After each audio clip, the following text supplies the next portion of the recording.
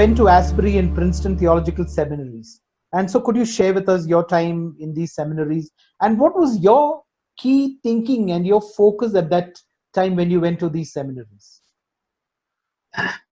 Yes, I went to college in Allahabad before that. Took my BA from Allahabad University with English literature and political science and philosophy.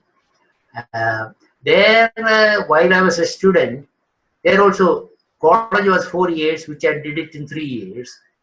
And because I took some private studies for intermediate. But when I was there also, I had that compulsion to share all the time.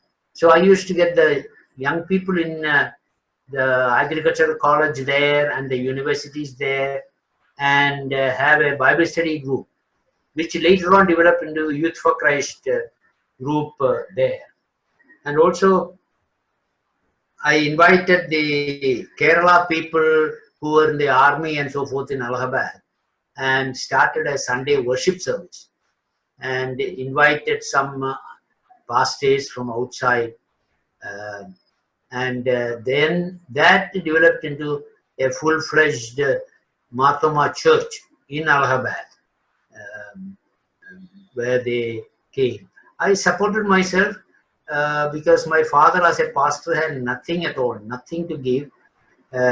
So I worked as a librarian there, and did some work and did some singing and all of that, and support. I remember the very first time when I went to Allahabad. For the first 2 days, I had no money to buy food, and then I got job in working in the library, and therefore got my food free. But during those 2 days, I had a little bit of milk powder with me, and that with water. That's all the food I had.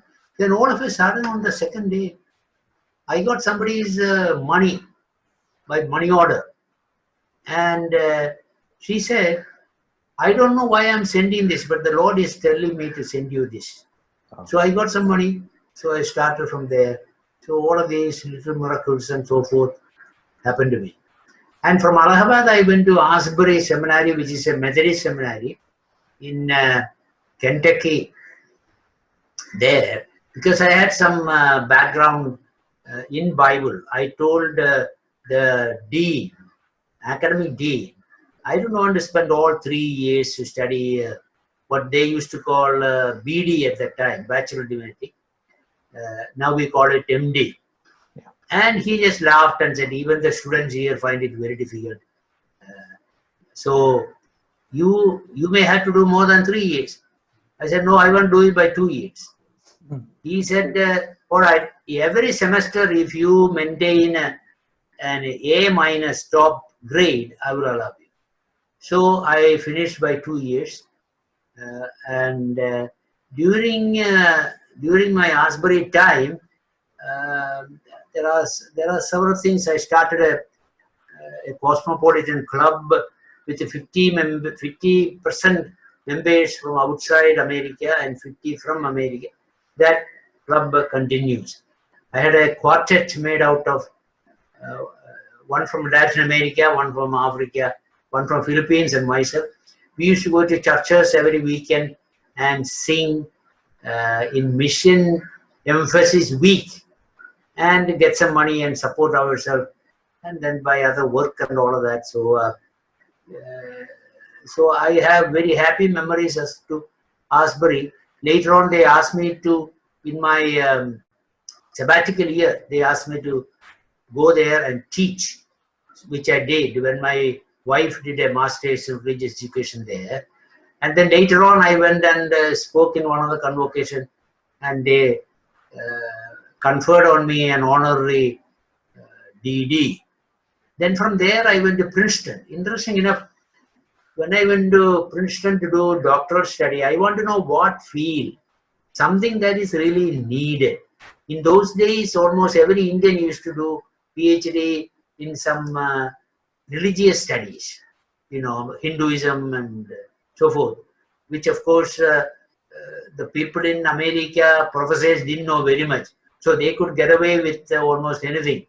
But I didn't want to do that. There are several people with PhD in religions. I contacted about 5 or 6 people in India. You tell me what I should do for doctorate. Everyone said, including the registrar of Sarambur University, Old Testament. And I didn't want to do it because in Old Testament you had to study a number of languages.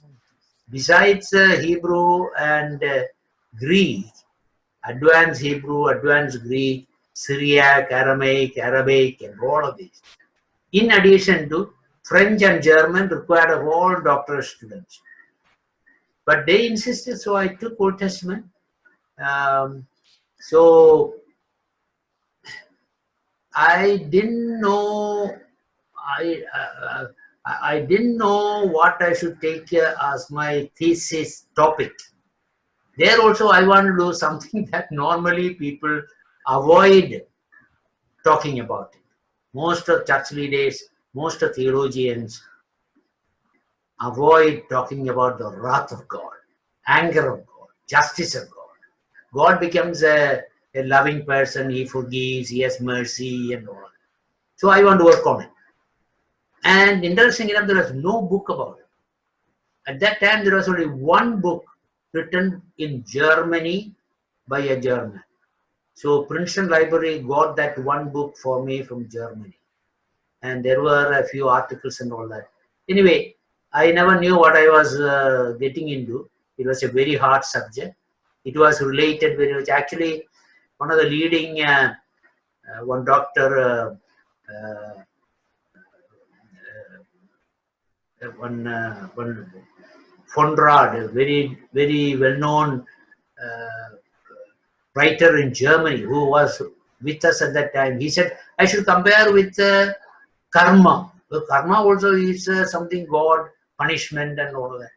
So it all became very complicated. But anyway, finally I finished it and I got a cum laude or first class cum laude honors for it. And they wanted me to publish. But when I came back to India, I got involved in a lot of things and I could not publish it at all.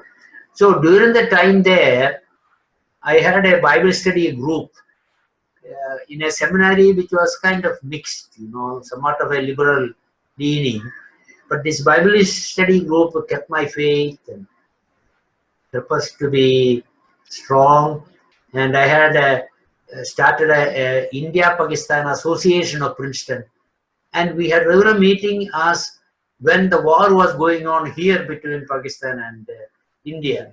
We had this time together. And I served as a youth director in a couple of churches and interim pastor and so forth. So, so I look back at Princeton days also as very valuable.